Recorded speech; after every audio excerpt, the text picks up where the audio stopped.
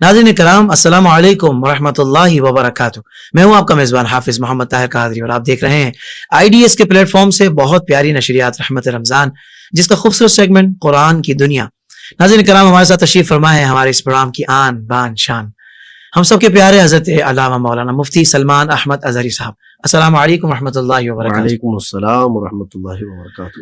مفتی صاحب خیریت سے؟ آپ مزاج بخیر ہیں؟ الحمدللہ، اللہ کا فضل و کرم احسان، آپ کی دعائیں. اللہ تعالیٰ آپ کے صدقے ساری امت مسلمہ پر کرم فرمائے. ناظرین کرام آج کا جو ہمارا عنوان ہے وہ ہے قرآن پاک میں جنت اور دوزخ کے احوال کا ذکر. بڑا اہم ترین عنوان ہے کیونکہ جنت میں ہم سب جانا چاہتے ہیں اور دوزخ سے ہم سب پناہ مانگتے ہیں. ناظرین کرام جب جنت کے احوال ہم سنیں گے مفتی صاحب سے تو یقیناً ذہن بنے گا کہ بھائی وہ اعمال اختیار کیے جائیں کہ جس سے رب کی رضا حاصل ہو، کیونکہ پہلے رب کی رضا ہے، رب کی رضا مقصود ہونی چاہیے اور پھر انعام میں رب تعالیٰ جنت بھی عطا فرمائے گا. تو رب کی رضا حاصل ہو جائے، رب کے محبوب راضی ہو جائیں اور رب تعالیٰ ہمیں ہمارے مقدر میں جنت لکھ دے تو جنت کی باتیں سنیں گے اور ساتھ ہی ساتھ جہنم کے احوال بھی سنائے جائیں گے تاکہ بندہ ان اعمال کو ترک کر دے جو اللہ اس کے رسول کے ناراضی والے کام ہیں. اللہ اس کے رسول جس سے ناراض ہوتے ہیں، ہمیں ایسے کام نہیں اختیار کرنے چاہیے. دانستہ غیر دانستہ جانے انجانے میں اگر ہم نے ایسے اعمال اختیار کیے ہوئے ہیں تو ہم نے اس سے توبہ کرنی ہے اور یقیناً یہ پروگرام اس حوالے سے ہمارے لیے بڑا معاون ہوگا. تو آئیے مفتی صاحب کی طرف بڑھتے ہیں اور بہت سارے سوالات ایسے بھی ہیں جو آپ کے ذہنوں میں ہوں گے، یار ذرا یہ بھی پوچھ لیجئے گا، اچھا جنت کی بات کر رہے تو ذرا یہ بھی پوچھ لیجئے گا. سب پوچھیں گے، آپ فکر نہ کریں انشاءاللہ. آج مفتی صاحب ہمارے سامنے ہیں. مفتی صاحب آغاز کرتے ہیں. حضور سب سے پہلے یہ ارشاد فرمائیے کہ جنت اور دوزخ کیا ہے اور قرآن پاک میں جنت اور جہنم کا ذکر کیوں آیا ہے؟ الحمدللہ وکفا وسلام علی حبیبہ المصطفیٰ، اما بعد فاعوذ باللہ من الشیطان الرجیم، بسم اللہ الرحمن الرحیم. اللہم صل علی سیدنا محمد وآلہ وصحبہ وبارک وسلم صلاة دائمة سرمدا ابدا. آمین. آپ نے قرآن عظیم کا یہ جو سلسلہ شروع رکھا ہے، اللہ تعالیٰ اس کو سدا قائم رکھے. آمین. اور سچ فرمایا میرے رب تعالیٰ نے کہ کوئی خشکی یا تری کی چیز ایسی نہیں جس کو قرآن نے بیان نہ کیا ہو. اللہ اکبر، سبحان اللہ. اب جنت اور دوزخ یہ جو حاصل کلام ہے ہماری زندگی کا خلاصہ ہے، یعنی یہ کانسیپٹ اسلام کا ہے کہ دنیا دارالعمل ہے اور آپ کو یہاں پر عمل کے لیے بھیجا گیا ہے، اور اچھے ہوں گے تو آپ کے لیے آرام کی جگہ دی جائے گی اور برے اعمال میں پھنس چکے تھے تو پھر تمہیں اس کی سزا بھی کاٹنی پڑے گی. تو جو عیش و آرام کی جگہ ہے اس کو جنت کہا گیا، اور جو سزاؤں کے لیے دی گئی ہے یا پھر اس کے گناہوں کی پاداش میں جو قید خانہ اس کو دیا جا رہا ہے وہ جہنم ہے، وہ دوزخ ہے. صحیح. تو یہ اتنا آسان بھی نہیں ہے کہ جس کو دو لفظوں میں ہم نے بیان کر دیا، یعنی پوری کائنات کے لیے رب تبارک و تعالیٰ نے بنایا ہے. صحیح. جنت اور دوزخ دو. ویسے دیگر مذاہب میں بھی اس کا تصور پایا جاتا ہے، وہاں پر جہاں آخرت کا تصور ہے. اور کچھ قومیں وہ ہیں جو مرنے کے بعد دوبارہ زندہ ہونے کو مانتی ہی نہ ہو، تو ان کے ہاں پھر حساب کتاب جنت اور دوزخ کا تصور بھی کہاں ہے. صحیح. لیکن جو آخرت کا تصور رکھتے ہیں ان مذاہب میں بھی، ان دیگر ادیان میں بھی جنت اور دوزخ کا کانسیپٹ ملتا ہے. صحیح. تو جنت در حقیقت کیا ہے؟ ایک ایسا مکان جس کو اللہ تبارک و تعالیٰ نے خصوصی انعام کے لیے بنایا ہے، اس کے مومن بندوں کے لیے، اس کے فرما بردار بندوں کے لیے بنایا ہے. اب اسی سے اندازہ کریں کہ جنت جو ہے اس کے کئی نام قرآن پاک میں آئے. آپ نے تو سوال یہ فرمایا ہے کہ جنت کے احوال قرآن پاک میں کس طرح ہے، تو اگر میں ناموں کو ہی عرض کروں تو قرآن پاک میں جو جنت کے نام آئے ہیں وہ کئی نام ہے. جیسے جنت الخلد ہے، یہ عام لوگوں کے لیے جنت ہے، یعنی جتنی عوام ہے مومنین میں سے جو عام ہے ان کے لیے جنت الخلد ہے. دار المقام جنت کا ایک طبقہ ہے، یہ مالدار شکر گزار بندوں کے لیے. اچھا، سبحان اللہ. ان کے لیے یہ جنت کا طبقہ ہے جو اہل ثروت تھے لیکن شکر گزار بندے. واہ واہ، سبحان اللہ. اور اس کے بعد ہے دار القرار، جو حافظ تھے، جو عالم تھے دنیا میں اور قرآن کے حلال کو حلال اور حرام کو حرام سمجھتے اور عمل کرتے تھے، ان کو جو جزا میں جنت کا طبقہ دیا جا رہا ہے اس کو دار القرار کہا گیا. صحیح. اور پھر ہے جنت عدن، یہ ذکر قرآن پاک میں آئے ہیں فی جنات عدن. بالکل ہے. تو جنت عدن جو ہے یہ زاہدوں کے لیے جو عبادت گزار تھے اور جتنے مجاہدے میں رہے، خالصتاً اللہ کی عبادت میں جو مصروف رہے، زاہدوں کی جنت ہے، جنت عدن. اور اس کے بعد ایک جنت کا اور ذکر ہے قرآن پاک میں، دار السلام. یہ فقیروں کی جنت ہے، صابروں کی جنت ہے، اچھا، صبر کرنے والوں کا یہ جنت کا طبقہ ہے. واہ واہ واہ. پھر ہے جنت النعیم، یہ شہیدوں کی ہے، جو شہداء ہیں ان کے لیے. اور پھر جنت الماوا ہے، یہ بڑے شہیدوں کی اور اولیاء کرام کی جنت ہے، طبقات ہے. اور اس کے بعد آتی ہے جنت الفردوس، جو نبیوں اور رسولوں اور علماء عاملین کے لیے، جو نبیوں اور رسولوں کو اللہ تبارک و تعالیٰ نے مقام دیا ہے جنت میں، وہ جنت الفردوس کہلاتا ہے. جنت کا یہ اعلیٰ طبقہ ہے، جنت الفردوس. تو میں نے یہاں 8 نام جو ذکر کیے ہیں، یہ قرآن پاک میں مختلف آیات میں آیا ہے. لیکن یہ کن لوگوں کو دی جائے گی؟ بیسک چیز ہے ایمان. نبیوں کی بات تو چھوڑے، رسولوں کی بات وہ تو آئی ہیں ایمان کی طرف بلانے کے لیے. باقی جتنے بھی طبقات میں نے ذکر کیے، مالدار شکر گزار بندے ہوں، فقیروں کے لیے، صابروں کے لیے، شہیدوں کے لیے، علماء اور حفاظ کے لیے، سب سے پہلی چیز ہے ایمان. ان الذین آمنوا وعملوا الصالحات، یعنی بے شک وہ لوگ جو ایمان لائے اور نیک کام کیے، ان کے لیے جنت الفردوس ہے، مہمانی کے طور پر. سبحان اللہ. تو انعامات کی شکل میں اللہ تبارک و تعالیٰ جو جنت عطا فرمائے گا قیامت کے دن، وہ جنت ہے. اور اسی طرح سے جہنم کے بھی طبقات ہیں. دوزخ کیا چیز ہے؟ یہ ایک ایسا قید خانہ ہے جو کفار و مشرکین، انکاریوں کے لیے اور بد عملوں کے لیے، جو دنیا میں آ کر کے اپنے رب کو ہی بھول گئے، ان کے لیے دوزخ ایک ٹھکانہ بنایا گیا ہے. اس پر ہم بعد میں آتے ہیں کہ دوزخ کے طبقات اور اس کے جو وہاں کے حصے ہیں، ان کے عذابات. پہلے جنت کا ذکر چل رہا ہے تو جنت کی بات کرتے ہیں. اور چونکہ رمضان المبارکہ ہے اور اللہ تبارک تعالیٰ کی بارگاہ میں سب سے زیادہ سوال جنت کا کرنا چاہیے. اب جنت ایمان والوں کے لیے جو دی جائے گی تو اس کے اندر کی کیفیات کیا ہیں؟ حضرت یہ کیفیات سے پہلے میں چاہتا ہوں، ضمن سوال ذہن میں آیا ہے، یعنی عام بندہ مومن ایمان والا جنت الفردوس کی تمنا کر سکتا ہے؟ وہی بات میں کہنے جا رہا تھا آپ کو، آپ کے ذہن میں بات آ گئی ہے.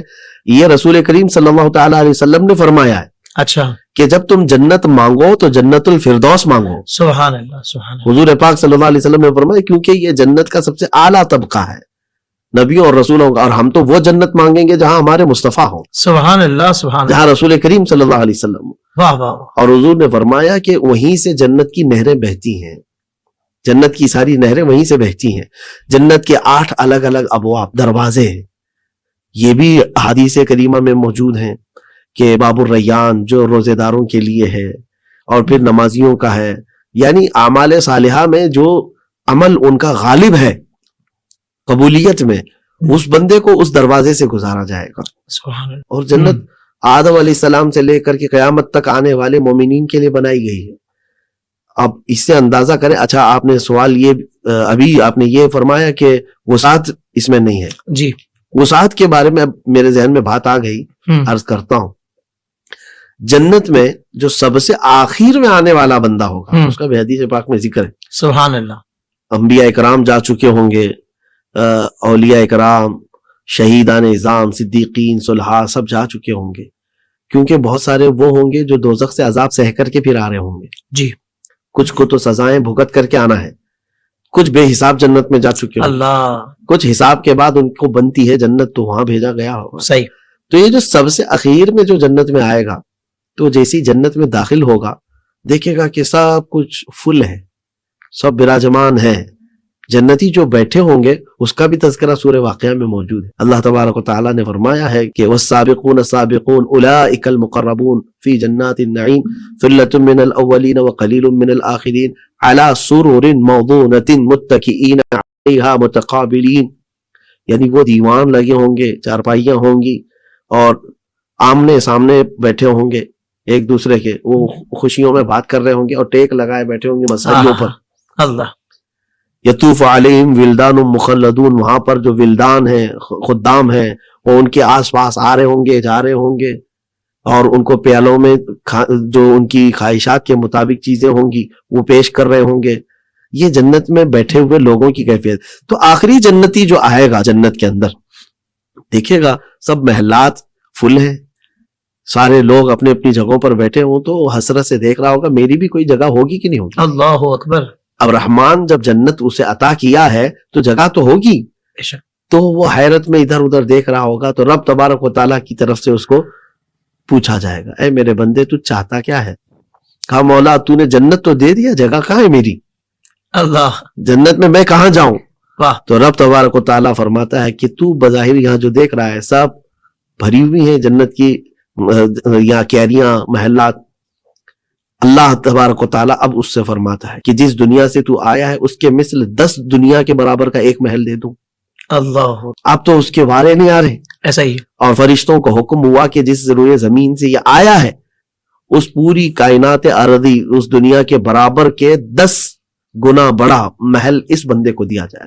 اب کہنا یہ چاہتا ہوں سب سے اخیر میں آنے والے جنتی کو اتنا بڑا محل ہے تو پھر واہ واہ واہ. اولیاء کے محل کی وسعت کا کیا اندازہ, سبحان اللہ. شہداء سبحان کے محلوں کی وسعت کا کیا اندازہ, اور نبیوں کے محل کا اور پھر سید الانبیاء کے محل کا کیا اندازہ. سبحان اللہ, سبحان اللہ, سبحان تو اللہ. ایک تو جنت کی صرف کیفیت میں نے آپ کو بتائی, وسعت میں وہ اللہ ہی بہتر جانے کہ وہ کتنا بڑا مکان ہے. اس کی بناوٹ کے متعلق جو حدیثوں میں ملتا ہے اس کی ایک اینٹ اللہ نے سونے کی اور ایک اینٹ چاندی کی رکھی ہے. گھاس جو ہے وہ زعفران کی. ایک موتی مشرق و مغرب کو روشن کرنے کے دنیا میں کافی ہے. اللہ, مشرق و مغرب کو پورا روشن کرنے کے لیے دنیا میں ایک موتی کافی ہے. تو اب ان موتیوں کی چمک کیا ہے؟ رسول کریم صلی اللہ تعالی علیہ وسلم فرماتے ہیں کہ جنت کے اندر جو نہریں ہیں ان میں سے شہد اور دودھ کی نہریں ہیں اور اس کا پانی نہایت ہی میٹھا اور ٹھنڈا, اور جنتیوں کو دیا جائے گا. اور جنتی کیا کھائیں گے کیا پئیں گے یہ بھی تو ایک سوال ہے. تو جنتی جو ہے ہر وہ چیز ان کو دی جائے گی جس کی وہ خواہش کریں گے. واہ واہ واہ واہ واہ, سبحان اللہ. قرآن پاک میں رب تبارک و تعالیٰ نے فرمایا اچھا اب یہ چونکہ جزا کی ہی تو جگہ ہے اور ایک ہی قسم کا پھل ان کے پاس بار بار آئے گا دیکھنے میں, تو وہ کہے گا ایسا ہی تو پہلے بھی دیا گیا تھا, لیکن وہ نہیں ہوگا. رزقوا منها من ثمرة رزقا قالوا هذا الذي رزقنا من قبل واتوا به متشابها. واہ واہ, اس کے جیسا ہے پر وہ اس کے جیسا ہے لیکن یہ وہ نہیں ہے. وہ نہیں ہے. اب پھر کیا ہے, تو وہ کھائے گا تو جس چیز کی وہ تمنا کیا ہوگا اس کی لذت اس میں مل رہی ہوگی. کیا بات ہے, سبحان اللہ. تو یہ جنتی کھانے ہیں. واہ واہ واہ واہ. اور اللہ تبارک و تعالیٰ نے وہ نعمتیں وہاں جنت میں رکھی ہیں. حضور اکرم صلی اللہ تعالیٰ علیہ وسلم ارشاد فرماتے ہیں کسی آنکھ نے دیکھا نہیں ہوگا, کسی کان نے سنا نہیں ہوگا دنیا میں ان نعمتوں کو اللہ تعالیٰ جنتیوں کے لیے کھول دیا ہوگا.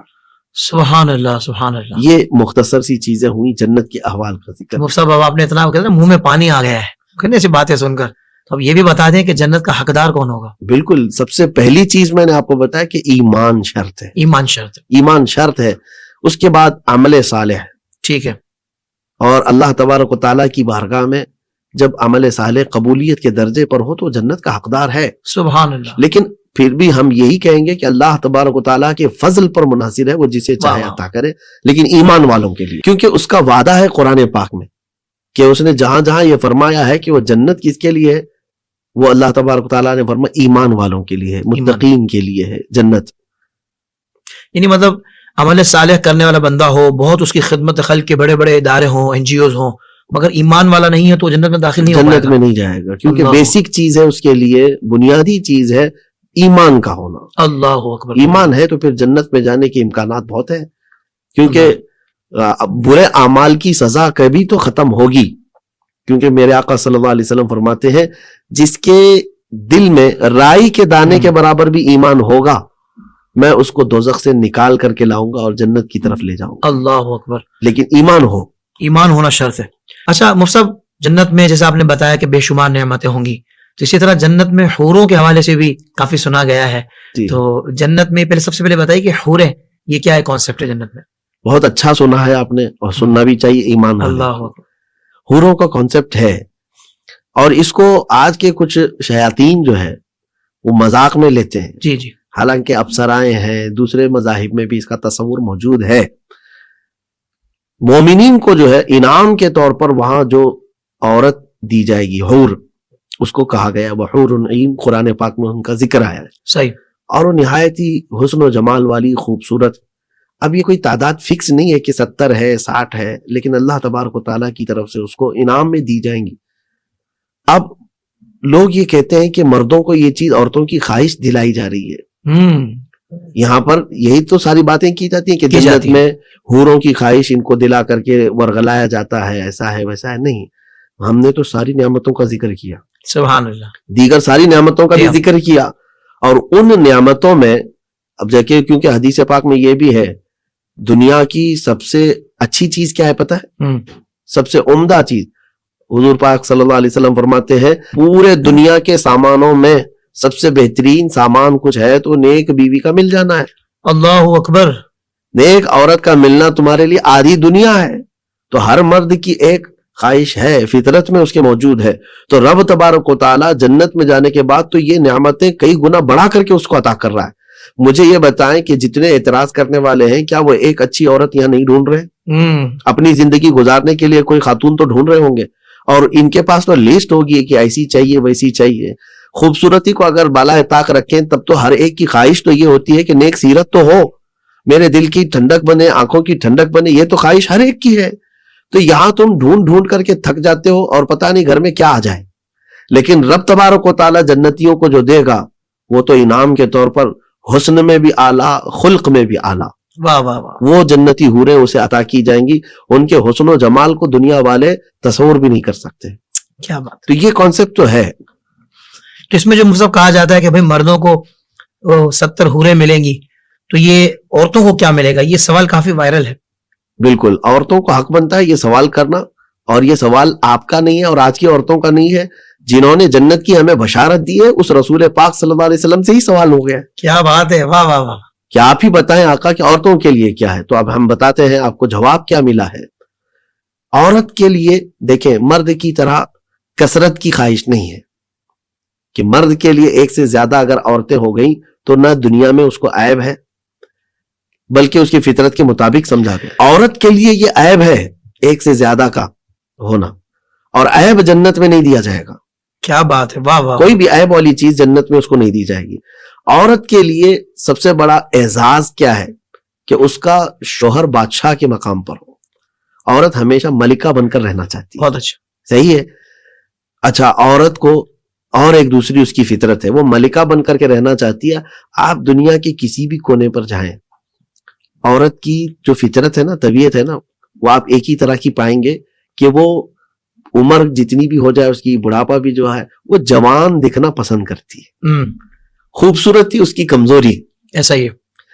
جو ہائی لیول کی خوبصورت عورتیں ہیں وہ بھی اور خوبصورتی چاہتی ہیں. بالکل ایسا ہی ہے. تقریباً عورت کی فطرت یہ ہے کہ وہ بہت ہی زیادہ حسن و جمال کی خواہش مند ہے. اب سنیں عورت کو کیا دیا جا رہا ہے؟ اس کو وہاں پر جنت میں اس کا ہی شوہر دیا جائے گا. سبحان اس کا شوہر جو ہے، اور وہ بادشاہ کی حیثیت سے اس کو دیا جا رہا ہے، اور یہ ملکہ بن کر کے رہ رہی ہے اس کے ساتھ. اور حسن و جمال اتنا کہ جنت کی 70 حوروں کے برابر اس کا ایک حسن ہوگا. بلکہ بعض جگہ یہ فرمایا گیا کہ 1000 حوروں کا حسن تنہا ایک جنتی عورت کو دیا جائے گا. اچھا، یہ بھی فرمایا گیا. یہ بھی ہے. سبحان اللہ. اب اس سے بڑھ کر کے نعمت اس کو کیا مل رہی ہے؟ واہ واہ واہ. سبحان اللہ. ایک مرد کی بعض اوقات ایک سے زائد دنیا میں بیویاں ہوتی ہیں، اس کی شادیاں ہوتی ہیں. تو اب سوال یہ ہے کہ جنت میں پھر اس کی بیوی، ایک قول تو یہ ہے کہ عورت کو اس کا آخری جو زندگی میں شوہر رہا وہ دیا جائے گا. صحیح. کہ جس کے ساتھ آخر میں رہی وہ دیا جائے گا.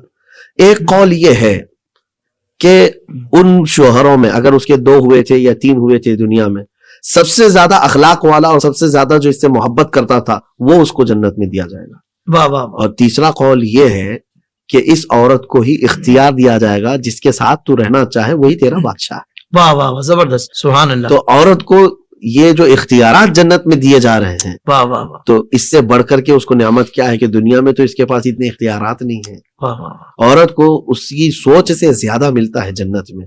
یہ جو ایک پروپیگنڈا ہے، ایک ڈھکوسلا ہے عورتوں کو گمراہ کرنے کے سوالات جو باطل قوموں کی طرف سے آتے ہیں کہ یہ مردوں کی ہوس کے لیے جنت بنائی گئی ہے، عورتوں کا کچھ نہیں ہے. عورتوں کا تو بہت ہے جنت میں. واہ واہ واہ. عورتوں کا بہت ہے جنت میں. وہ باضابطہ پورے جنت کے محلات کی ملکہ ہیں، اور ان کو اختیار دیا جا رہا ہے. وہ جس کے ساتھ رہنا پسند کریں گے. اگر دنیا میں مختلف شادیاں ہوئی تھی تو اس سے بڑھ کر کے اور نعمت کیا ہے. سبحان اور اللہ. حسن و جمال 1000 حوروں کے برابر کا دیا جا رہا ہے. یہ تو یہ کمال ہو دنیا گیا. کے سارے پاؤڈر اور میک اپ اور لالی مل کر کے ایک حور کا حسن نہیں پیدا کر سکیں گے. کیا بات ہے, کیا بات ہے, واہ واہ. مفتی صاحب یہ آپ کی بات مجھے بہت لطف آیا اس بات کا جو آپ نے جواب دیا ہے نا, وہ کہتے ہیں دندان شکن جواب دیا آپ نے کہا کہ بھائی ایک سے زائد مرد ہونا ایک وقت میں عورت کے لیے دنیا میں عیب ہے, تو جنت میں عیب تھوڑی دیا جائے گا عورت کو. نہیں دیا. کیا خوبصورت آپ نے جواب دیا حضرت. بالکل عیب والی چیز تو نہیں دی جائے. کیا سبحان اللہ, اللہ آپ کو جزائے خیر دے. مفتی صاحب یہ بھی ارشاد فرما دے کہ جنت میں کیا رشتہ داروں کی آپس میں ملاقاتیں بھی ہو سکتی ہیں؟ بالکل ظاہر سی بات ہے کہ جنتی جو وہاں پر پہنچیں گے جی, تو جنت میں بھی وہ اسی طرح کی رشتہ داری ان کی ہوگی جیسے یہاں تھی. ماموں چاچو سب اوکے سب ہوں گے, بلکہ اور زیادہ کثرت سے محبت کرنے والے ہوں گے. سبحان اللہ. حدیث پاک میں حضور اکرم صلی اللہ تعالی علیہ وسلم فرماتے ہیں جب کسی کا انتقال ہوتا ہے, تفصیلی حدیث ہے, طویل ہے حدیث, صحیح, کہ فرشتہ جو ہے ریشم کے لباس میں اس کی روح لے کر کے جاتا ہے اور اس کے بعد پھر اس کو جنت میں لے جایا جاتا ہے. تو جتنے اس سے پہلے وہاں رشتہ دار جا چکے تھے وہ کھڑے ہوتے ہیں اور اس کا استقبال کرتے ہیں کہ تو آج آیا ہے, مرحبا. اور اس کے بعد پھر اس سے خیر خیریت بھی پوچھنے لگتے ہیں کہ فلاں کے حالات کیا ہیں, ہم آنے کے وقت اس کو ایسا چھوڑ آئے تھے, فلاں کے حالات ایسے ہیں. تو وہ یہاں سے جو آج گیا ہے نا انتقال کر کے, تو پہلے سے جو گئے ہوئے لوگ ہیں اس کو دنیا والوں کے بارے میں پوچھ رہے ہوں گے اور یہ سب کا بتا رہا ہوگا کہ فلاں ایسی حالت میں, فلاں ایسی حالت میں, فلاں سفر کر کے جا چکا, فلاں گھر بنا چکا, فلاں کی شادی ہو چکی. پھر یہ بھی مرنے والا ان روحوں سے پوچھے گا کہ اچھا آپ سب تو دکھ رہے ہیں, اس میں نانا بھی ہے, نانی بھی ہے, فلاں ہے, فلاں ہے, فلاں تو نہیں دکھ رہے. ایک کوئی رشتہ دار کو نہ پا رہا ہوگا تو ان کے بارے میں پوچھے گا فلاں تو نہیں دکھ رہے ہیں, تو وہ روحیں کہیں گی کہ ارے وہ تو جہنم میں جا چکا, اللہ, وہ دوزخ میں جا چکا. یہ حالات بھی ہوں گے. تو یہ جنت میں جانے کے بعد رشتہ داروں سے ملاقات ہوگی. آپ نے جو سوال کیا ہے, چلے یہ عوام کے انٹرسٹ سے تعلق رکھتا ہوگا, لیکن میں کہتا ہوں کہ عوام کو انٹرسٹ یہ نہیں رکھنا چاہیے کہ رشتہ داروں سے ملاقات ہوگی یا نہیں ہوگی. میں کہتا ہوں جنت میں جانے کے بعد غریب نواز سے بھی ملاقات ہوگی, غوث اعظم سے بھی ملاقات ہوگی, حیدر کرار سے ملاقات ہوگی, حسنین کریمین سے ملاقات ہوگی, اور فاروق اعظم, عثمان غنی, صدیق اکبر سے ملاقات ہوگی, انبیاء سے ملاقات ہوگی. سب سے بڑھ کر کے یہ ہے کہ مصطفیٰ کریم صلی اللہ علیہ وسلم سے ملاقات ہوگی. سبحان اللہ. اور سب سے بڑی نعمت جنت کی یہ ہے کہ اللہ تبارک و تعالیٰ بے حجاب اپنا دیدار کر رہا ہے. اللہ, سبحان اللہ, سبحان اللہ. پھر رشتہ داروں سے ملاقات کا سوال ہی کہاں رہ جاتا. کیا بات ہے مفتی صاحب, کیا آپ نے کمال گفتگو فرمائی. اور جسے رب کا دیدار مل جائے اسے اور کیا چاہیے. سبحان اللہ, رب کے محبوب کا دیدار مل جائے وہ کتنا بڑا خوش نصیب ہوگا کہ اللہ کے حبیب کا وہ دیدار کر رہا ہے. سبحان اللہ. اللہ تعالیٰ آپ کو جزائے خیر عطا فرمائے. اچھا یہ بھی میں بتا دوں کہ ہم نے جو کچھ بھی ابھی ذکر کیا ہے تو یہ جنت کے احوال کے ذکر کا ایک پوائنٹ بھی ہم نے ذکر نہیں کیا ہے. اللہ اکبر. اگر سمجھ لیں 100 حصے ہوں تو اس میں سے ایک حصے کا بھی پورا ذکر نہیں کیا, 99 حصے تو باقی ہے. تو پبلک تو سوچ رہی ہے اتنا بھی مل جائے تو بہت ہے. آپ کہہ رہے ہیں بھی صرف 1% جنت کی خواہش رکھیں, لیکن یہ ایک صرف جھلک ہے. اللہ, قرآن پڑھیں, قرآن کے ترجمے دیکھیں. اللہ تبارک و تعالیٰ نے جو بیان کیا اس سے زیادہ حسین کون بیان کر سکتا ہے. اللہ, یا رسول کریم صلی اللہ علیہ وسلم کی حدیثیں پڑھیں جس میں جنت کے احوال کا جو ذکر ہے. اور اسی لیے کہا گیا ہے کہ ہر بندے کو چاہیے کہ وہ جنت طلب کرے رب تعالیٰ. سبحان اللہ, سبحان. اور رب تبارک و تعالیٰ جو ہے جنت عطا فرمائے. اچھا آخر میں ایک بات یہ بھی میں عرض کر دوں کہ جنت کی طلب تو ہو لیکن جنت کے لیے عبادت نہیں ہے. بہت اچھے, بہت خوبصورت نقطہ ہے. عبادات جو بھی ہیں وہ اللہ کی رضا کے لیے. تذکرے تو بہت زیادہ ہے. اللہ تبارک و تعالی ہم سب کو اپنے فضل سے جنت عطا فرمائے. آمین, آمین. اور رسول پاک کے قدموں میں جگہ عطا فرمائے. آمین, آمین, آمین. بس خاتمہ بالخیر کی دعا کیا کریں جب تک زندہ رہیں.